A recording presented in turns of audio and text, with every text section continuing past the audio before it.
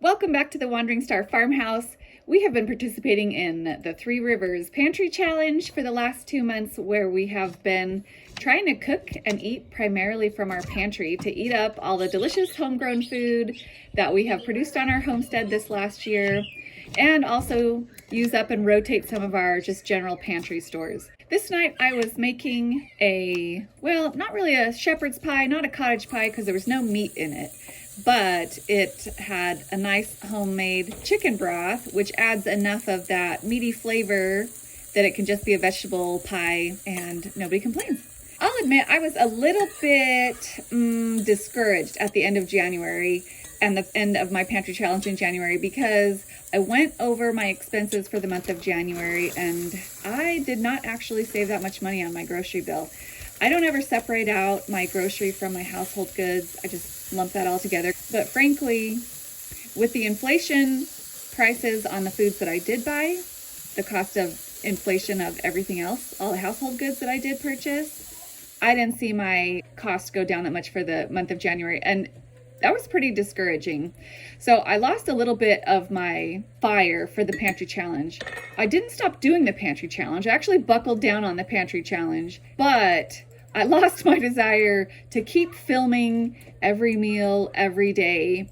So what I have for you here today is a compilation of a whole bunch of things that we made in the month of February, and I'm going to kind of divide them by category for you and go through a few categories of things that we were cooking from our homegrown foods, from our pantry stores. And stick around to the end, because we ended up blowing it all on the last day and made a super fun end of the month leap day meal that hopefully you get a kick out of, because we sure got a kick out of it.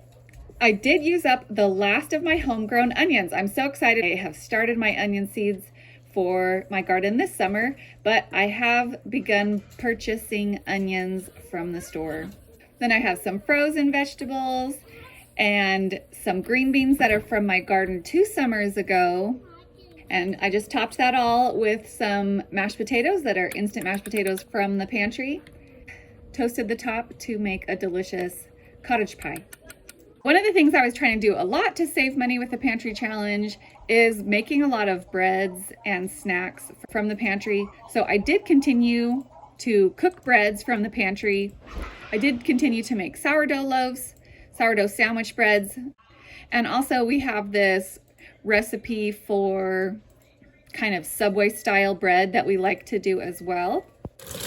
I had some frozen tomatoes from the garden in the freezer, and I cooked up a bunch of those to make some tomato soup to go with some grilled cheese sandwiches. Now for these grilled cheese sandwiches, I used my homemade cheese from the milk from my cow Sylvia that's been aging in my fridge for a couple of months. And look how melty it is. It's such good, and it's really delicious too.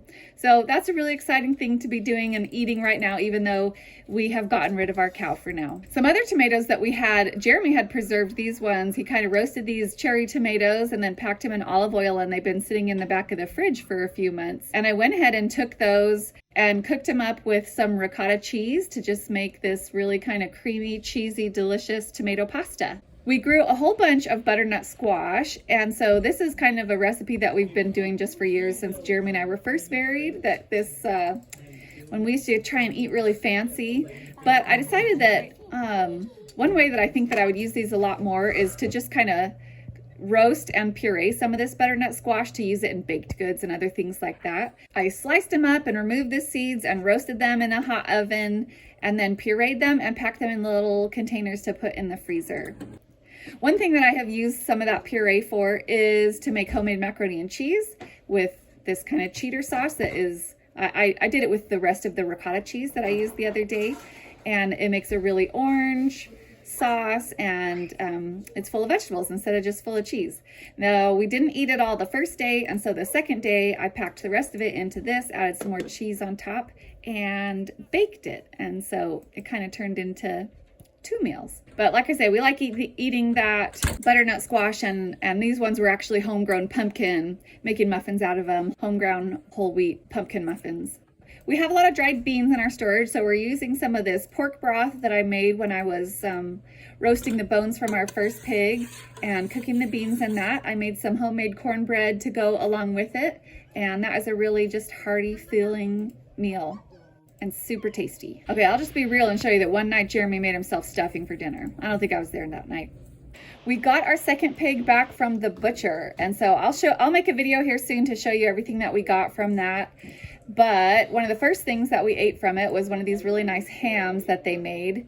And I didn't take any video from the day that we made just the ham, but we used ham for like the next week. Here's some split pea and ham soup that is super delicious. I got this recipe from my sister. I decided to be kind of fun and make ham and cheese Hot Pockets.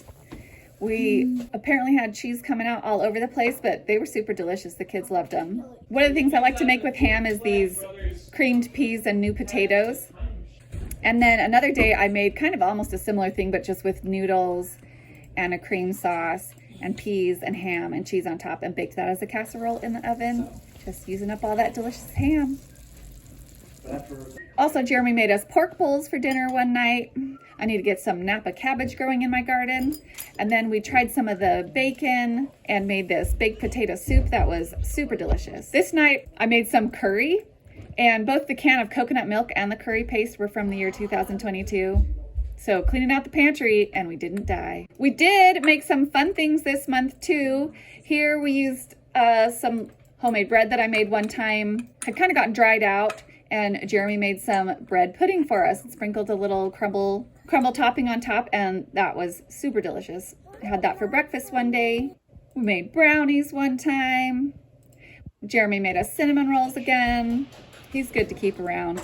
And if you missed my video, we experimented with large pearl tapioca making homemade bubble milk tea. Okay, here is our exciting leap day meal. This is some spices I mixed up to make a Cajun spice. We're having frog legs for Happy Leap Day. We did a breading with this homemade Cajun spice, and then with the eggs, it said to mix up mustard in with it and some Worcestershire sauce, and then some of that spice mix. So we fried up those frog legs, made a dipping sauce with ketchup and mayonnaise and Worcestershire sauce, and had a funny little Leap Day celebration. Thanks so much for following along on our pantry challenge. It's been a lot of fun trying to find ways to eat up all the food that we grew last year. But the New Year's gardening season is upon us. And so pretty soon here, I'm going to start putting out more gardening content. If you are interested in that, or if you like cooking from scratch ideas, go ahead and hit that subscribe button and follow along. I'll see you on the next video.